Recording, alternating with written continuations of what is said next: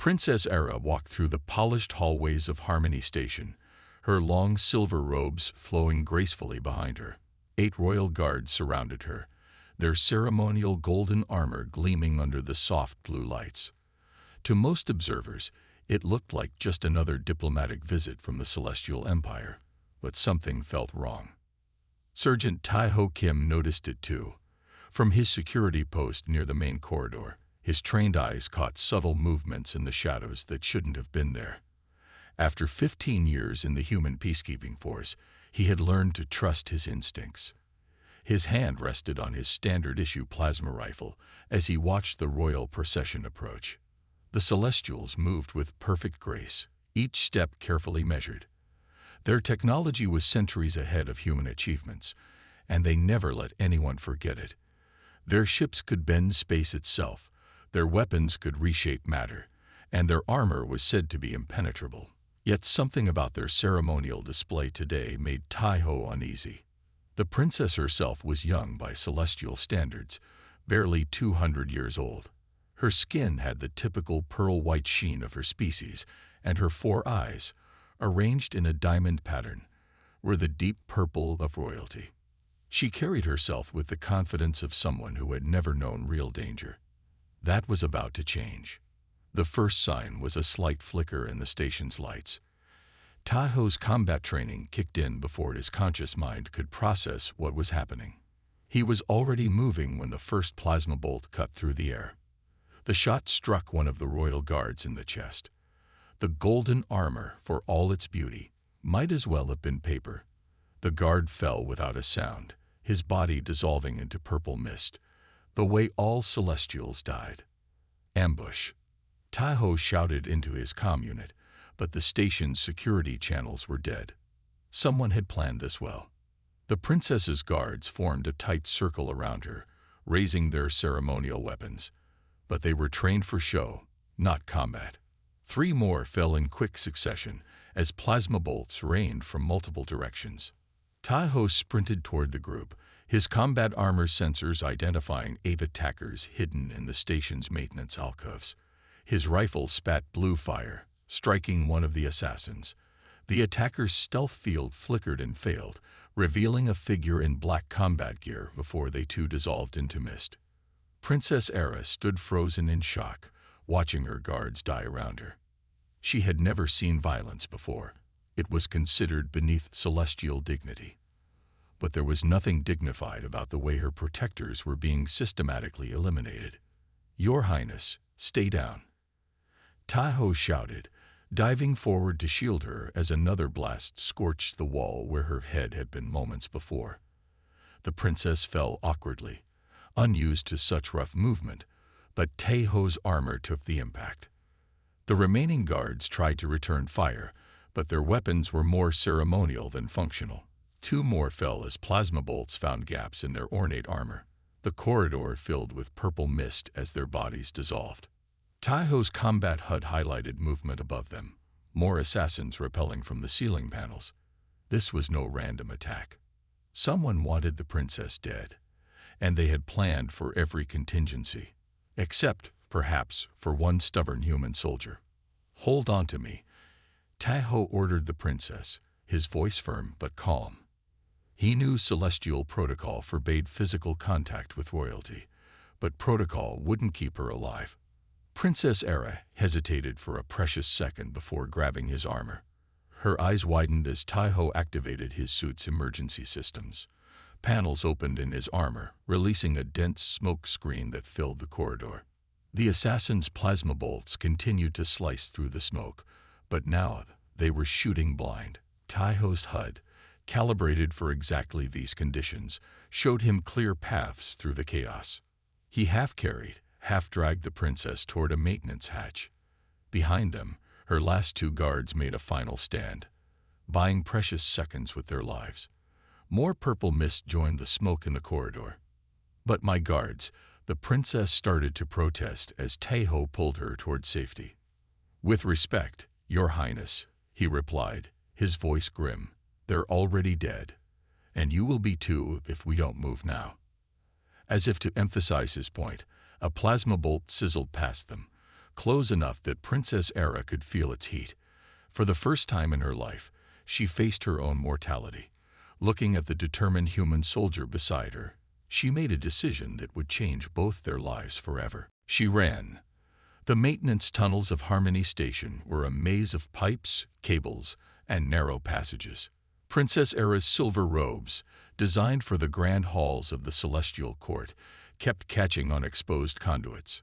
Taiho led her through the darkness, his armor's lights providing just enough illumination to see. Every touch of his hand guiding her made Era's skin tingle with a mixture of shock and something else she couldn't quite name. In her 200 years of life, no non-celestial had ever made physical contact with her. Such a thing was forbidden by laws older than most civilizations. The distant sound of plasma fire echoed through the tunnels. Taiho stopped at an intersection, checking his tactical display.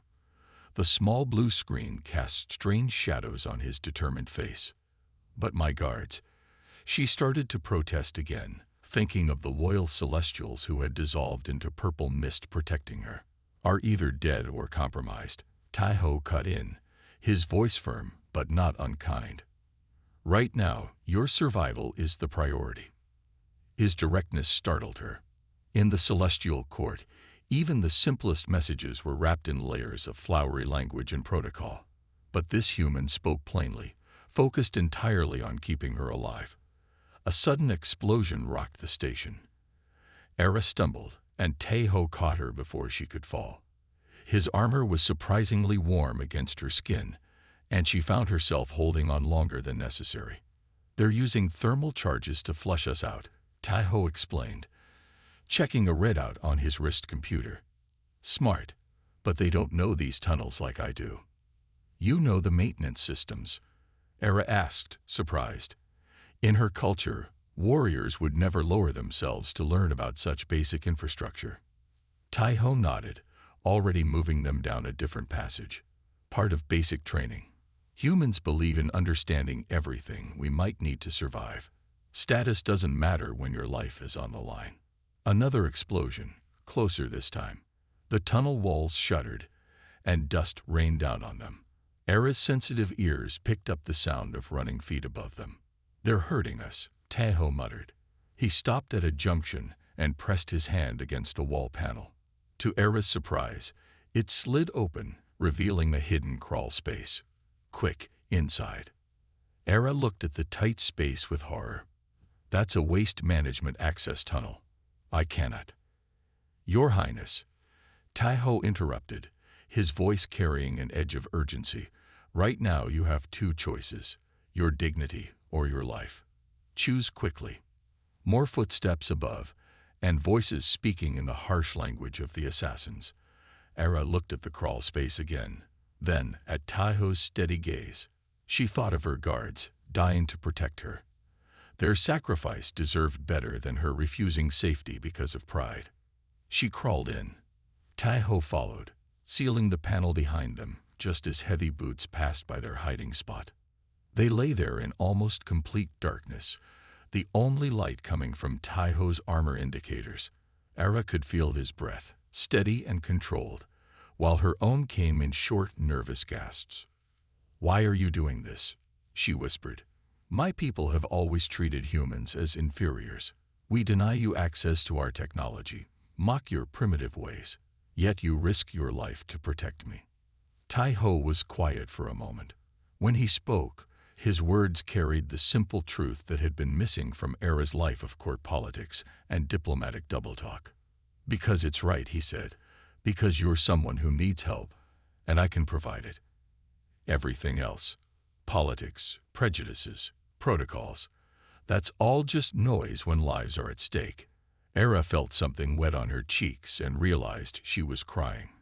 In 2 centuries of life, surrounded by the most advanced civilization in known space, she had never heard anything so wise. A message crackled through Taiho's comm unit, breaking the moment. The assassins were coordinating their search, methodically checking every possible escape route. We need to move, Taiho said. There's a secure communication hub 3 levels down. If we can reach it, we can contact Earth Command for help. 3 levels through waste management tunnels, Era said, trying to keep the dismay from her voice. Taiho's quiet chuckle surprised her. Welcome to real life, Your Highness. Sometimes survival isn't pretty. As they began their careful journey through the maintenance systems of Harmony Station, Era realized she was learning more about true strength in these few hours with a human soldier than she had in all her years in the Celestial Court. Above them, their hunters continued their search, unaware that their quarry was being protected by something more powerful than advanced technology: human determination and courage. The journey through Harmony Station's maintenance tunnels had left its mark on both of them. Taiho's armor was scratched and dented, while Princess Era's once pristine robes were torn and stained. They had been moving for hours, staying ahead of their pursuers through Taiho's knowledge of the station's hidden passages. It was during a brief rest that Taiho noticed it, a thin stream of purple liquid trailing behind the princess as they moved. In the dim light of his armor's displays, the royal blood seemed to glow with its own inner light. "You're injured," he stated, already moving toward her. The wound was on her right leg, probably from their initial escape. A piece of shrapnel had torn through her robes and into her flesh. Princess Era tried to hide the injury, a lifetime of training telling her to maintain proper distance. "It's nothing. We should keep moving." But Taiho had already seen how she favored that leg, how each step was becoming more difficult.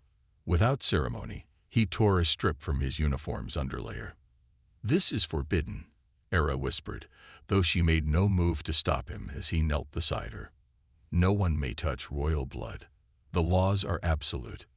Taiho's response was characteristically direct. "With all due respect, Your Highness, dead princesses can't maintain traditions."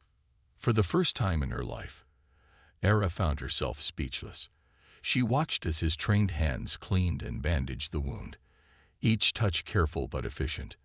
The fabric of his uniform, though primitive by celestial standards, was clean and absorbed the purple blood effectively.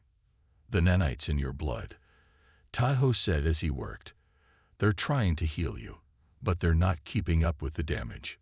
You've lost too much." Era stared at him in surprise. "You know about celestial physiology." "Basic medical training includes all known species," he replied, securing the bandage. "Humans believe knowledge saves lives, even knowledge others might consider beneath their station." A distant explosion reminded them of their situation. Taiho helped Era to her feet, supporting her weight as she tested the bandaged leg. "It feels better," she admitted, surprised at how well the simple treatment worked. "Good, because we need to move. They're getting closer to figuring out our route." Taiho checked his tactical display again. The communication hub is still 2 levels down. They started moving again, but something had changed. Era found herself studying the human soldier with new eyes. His species might lack the technological advancement of her people, but they made up for it with practical knowledge and adaptability. In the palace, she said as they navigated a particularly narrow passage, "We have healing chambers that can cure any injury in minutes, but none of that helps when you're running for your life in maintenance tunnels." Taiho nodded. "Advanced technology is wonderful until it fails. That's why humans focus on basics first. A simple bandage might not be as impressive as a healing chamber, but it works anywhere." Another explosion shook the station, closer this time. Dust and debris rained down on them as they pressed against a wall for stability. "They're getting desperate," Taiho observed.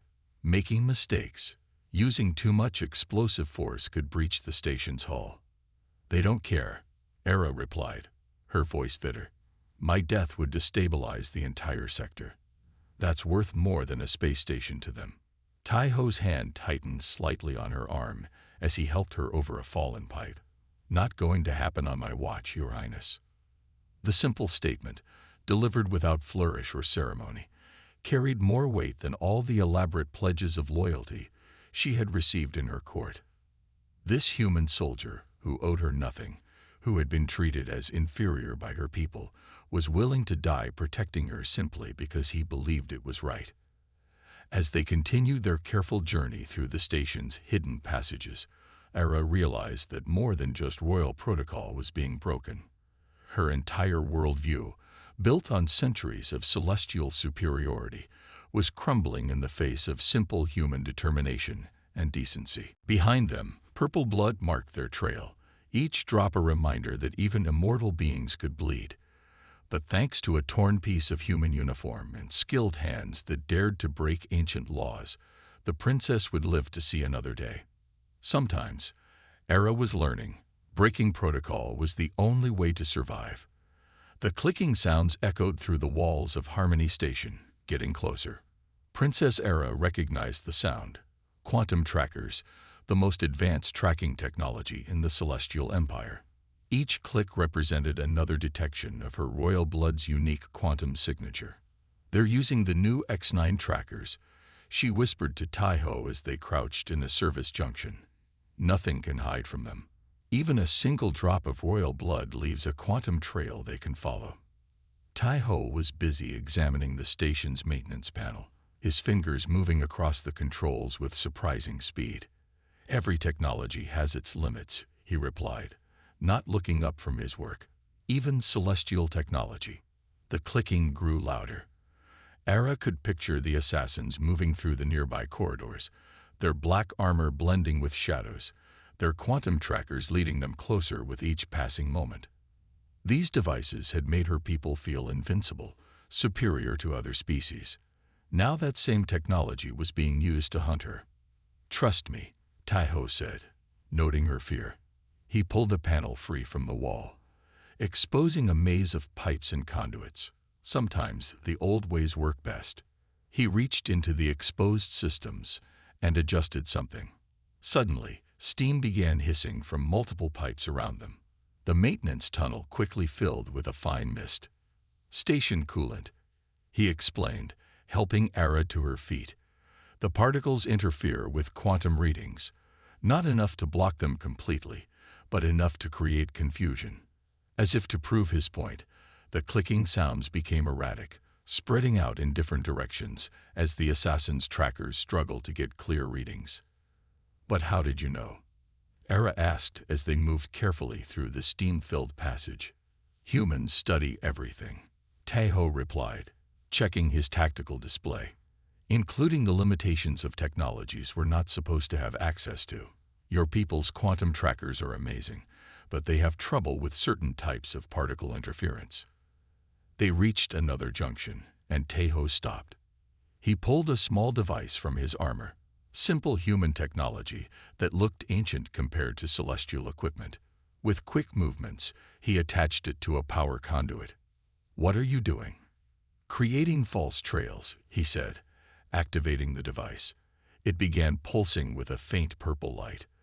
"This will mimic your blood's quantum signature. Basic technology, but sometimes that's an advantage. Your hunters are too dependent on their advanced equipment. They don't expect simple tricks." The clicking sound split into multiple directions as the assassin's trackers picked up the false signal. Ara could hear frustrated voices speaking in harsh whispers, trying to determine which reading was real. "We're not trying to hide your trail completely," Taiho explained as they moved on. "That's impossible. Instead, we're giving them too many trails to follow." He led them through a series of tight turns, occasionally stopping to place more of his simple devices. Each one added to the quantum confusion, spreading the assassins thinner as they tried to chase down every signal. "In the palace," Ara said, ducking under a low pipe, "we're taught that advanced technology makes us unbeatable, that simpler species could never match our capabilities." Taiho's quiet laugh surprised her. "No technology is unbeatable, Your Highness. The more advanced it is, the more it depends on everything working perfectly. Sometimes a rock in the right place can disable the most sophisticated machine." As if to demonstrate, he picked up a piece of debris and threw it down a side passage. The clattering echo drew some of their pursuers away, proving that even the most advanced hunters could be fooled by the simplest distractions. They reached a vertical shaft, and Taiho helped Ara onto the maintenance ladder. Above them, The clicking sounds were growing fainter as the assassins followed false leads. My people would never think of using maintenance systems this way, Era admitted as they climbed. We consider it beneath us to learn about such basic functions. That's exactly why these tricks work, Taeho replied.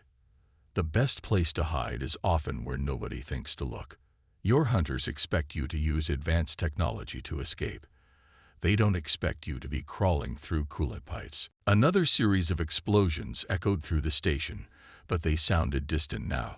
The assassins were losing ground, their superior technology confused by simple human ingenuity. As they continued their journey through the station's hidden spaces, Era found herself questioning everything she had been taught about technological superiority. Perhaps true advancement wasn't just about having the most sophisticated tools, but about understanding how to use everything available, from quantum trackers to station coolant.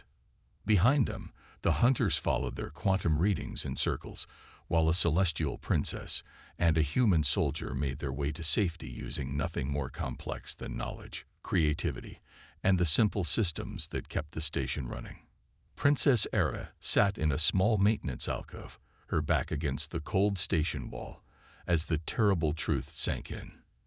The attack pattern, the advanced quantum trackers, the intimate knowledge of her travel plans, it all pointed to one source. Her own royal court had tried to kill her. Taeho stood guard at the entrance, his rifle ready, giving her time to process the revelation. He had noticed the signs too, though he had waited for her to reach the conclusion herself. The quantum trackers, she said quietly, her voice trembling. They're not just celestial technology. They're specifically calibrated to royal blood. Only the court's security force has access to those calibrations. Taeho nodded without turning. I suspected when I saw how easily they breached the station's security. Someone with very high clearance helped them. Era thought back to her advisors, the ones who had always warned her about maintaining celestial purity, about the dangers of dealing with primitive species like humans. The same advisors who had insisted she make this diplomatic visit, who had arranged every detail of her journey. My father's death last month, she continued, the pieces falling into place. It wasn't natural, was it? They're eliminating the progressive elements in the royal family. Those of us who want to open relations with other species. A distant explosion punctuated her words. The assassins were still searching, still determined to complete their mission. Why are you still protecting me? She asked Taeho during the quiet moment that followed. You know my people look down on yours. We've denied you technology, treated you as inferiors, blocked your expansion into space. You owe me nothing. Taeho finally turned to face her, his expression serious in the dim light. Because it's right, he answered simply. And because your people's opinion of humans doesn't change who we are. The simplicity of his answer brought fresh tears to her eyes. In the celestial court, every action was calculated, every motivation hidden behind layers of politics and protocol. But this human spoke truth as easily as breathing. I've been such a fool, she whispered, believing in our superiority while my own people plotted murder, trusting in advanced technology while simple human courage keeps me alive. Taeho checked his tactical display before continuing. Your people aren't wrong about everything, Your Highness. Celestial technology is incredible, but technology isn't everything. Humans learned that lesson long ago. A soft beeping from his armor interrupted them. The station's security systems were showing unusual activity. They're changing tactics, Taeho reported, studying the readings, shutting down life support section by section. They're trying to force us into the open. Era stood up, her injured leg protesting the movement. Then they must be truly desperate. Such actions risk everyone on the station, not just us. Or they have evacuation ships waiting, Taeho suggested. Either way, we need to move. The communication hub is close now. As they prepared to leave their temporary shelter, Ara grabbed Taeho's arm. The touch, once unthinkable for a celestial royal, now felt natural. When we reach the hub, she said, I need to send 2 messages. One to Earth Command for help, yes, but also one to my people. They need to know the truth about humans, about how one of your soldiers upheld honor and duty while my own court plotted murder. Tai-ho nodded, understanding the weight of her words.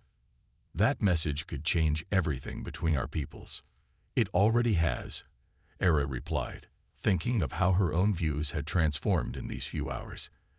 At least for one celestial princess. They moved out carefully, Tai-ho leading the way through the dimming corridors as life support systems began to fail around them. Behind them, assassins from her own court hunted them with sophisticated technology. But Era no longer feared them as she had before. She had something stronger than advanced technology protecting her now.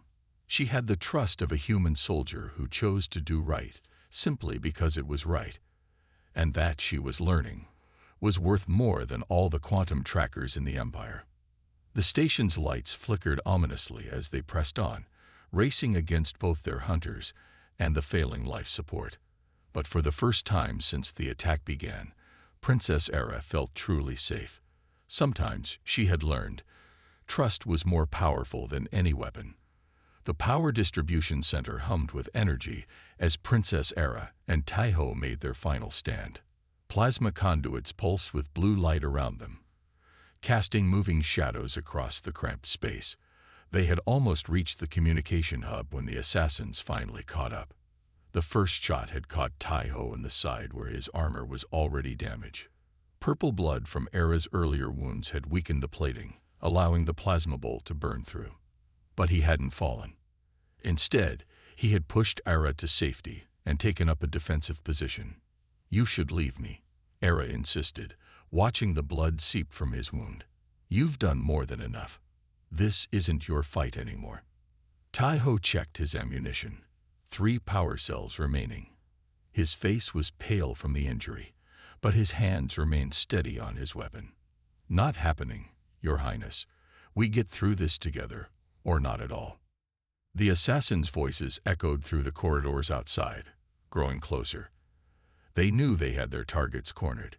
Inside the power distribution center, Tai-ho had overloaded some of the plasma conduits, creating barriers of deadly energy that limited the attackers' approach to a single entrance. "At least 8 of them left," he reported, checking his tactical display. "Professional warriors, based on their movement patterns. Probably former royal guards." Era stood behind him, holding the small communication device he had given her. "The message is ready. If we can just hold them off long enough for it to transmit." The first attacker appeared in the doorway, quantum rifle glowing with charged energy. Tai-ho's shot caught them in the chest before they could fire, turning them to purple mist. But more followed immediately. The firefight that followed would be remembered in both human and celestial records for generations.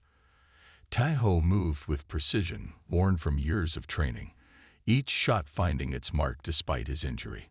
The assassins, for all their advanced technology, couldn't break through his defense. Plasma bolts crisscrossed the chamber, filling the air with the smell of ozone. The attackers tried to use their stealth fields, but Tai-ho had anticipated this. He had scattered coolant across the floor, making their movements visible as ripples in the liquid. "The message is transmitting," Era called out, watching the device's display. Just 30 more seconds. An assassin managed to get past Tai-ho's fire, charging toward Era with a plasma blade ignited. Without hesitation, Tai-ho threw himself between them.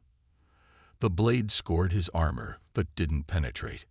His counterattack sent the assassin flying backward into a plasma conduit, where they dissolved in a flash of purple and blue light. 20 seconds. Era watched in amazement as this wounded human soldier held off the Empire's elite killers. Every move he made was calculated, using the environment to maximum advantage. When his rifle's power cell ran dry, he switched seamlessly to his sidearm. The assassins grew desperate. They tried rushing the entrance together, thinking to overwhelm him with numbers. But Tai-ho had positioned himself perfectly.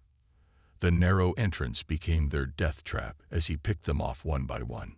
10 seconds. A plasma bolt grazed Tai-ho's helmet, leaving a burning scar across the surface. He didn't flinch, didn't hesitate. 2 more assassins fell to his precise shots. 5 seconds. The last assassin charged in, quantum blade humming with deadly energy. Taiho's final shot caught them just as the blade reached his chest. Both warriors fell, but only one dissolved into purple mist. Message sent. Era rushed to Taiho's side as he slumped against a console.